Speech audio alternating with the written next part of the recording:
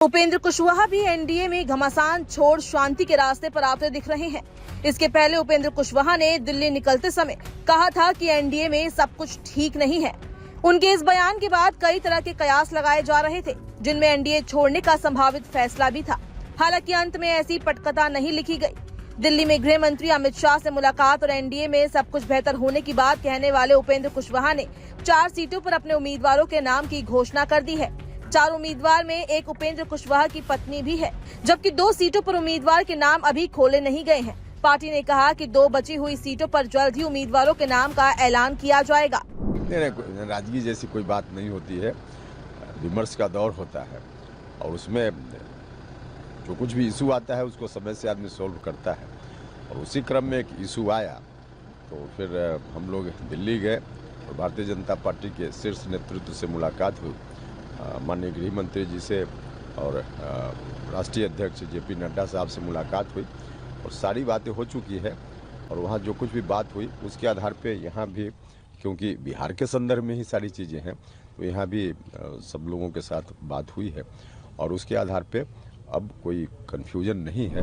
उपेंद्र कुशवाहा को एनडीए में सीट बंटवारे में कुल 6 सीटें मिली है। पारू विधानसभा क्षेत्र और बाजपट्टी विधानसभा क्षेत्र में उम्मीदवारों के नाम की घोषणा बाद में की जाएगी। फिलहाल जिन सीटों पर उम्मीदवार तय कर दिए गए हैं उनमें मधुबनी सीट से पार्टी के राष्ट्रीय महासचिव माधव आनंद उम्मीदवार बनाए गए हैं। मधुबनी में कुशवाहा समुदाय की संख्या पार्टी के लिए बड़ा सहारा बन सकती है। उपेंद्र कुशवाहा की पत्नी स्नेहलता सासाराम से उम्मीदवार बनाई गई है। इनके अलावा उजियारपुर से प्रशांत कुमार पंकज और दिनारा सीट से आलोक कुमार सिंह को पार्टी ने अपना प्रत्याशी बनाया है। आरएलएम भले ही कम सीटों पर लड़ रही है, लेकिन उसका मकसद एनडीए को मजबूती देना है। पार्टी मानती है कि इन सीटों पर जीत का असर पूरे चुनाव नतीजों पर पड़ेगा। माना जा रहा है कि एनडीए में छिड़ा घमासान अब थम गया है।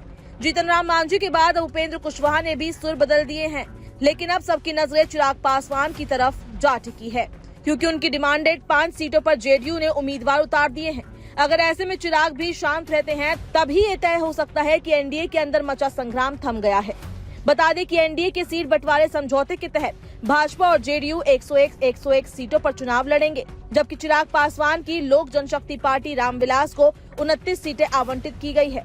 राष्ट्रीय लोक मोर्चा, आरएलएम और हिंदुस्तानी अवाम मोर्चा हम दोनों ही 6 सीटों पर चुनाव लड़ेंगे। बिहार की 243 सदस्यीय विधानसभा के लिए चुनाव 2 चरणों में होने हैं। पहला चरण 6 नवंबर और दूसरा चरण 11 नवंबर को है, जबकि मतगणना 14 नवंबर को निर्धारित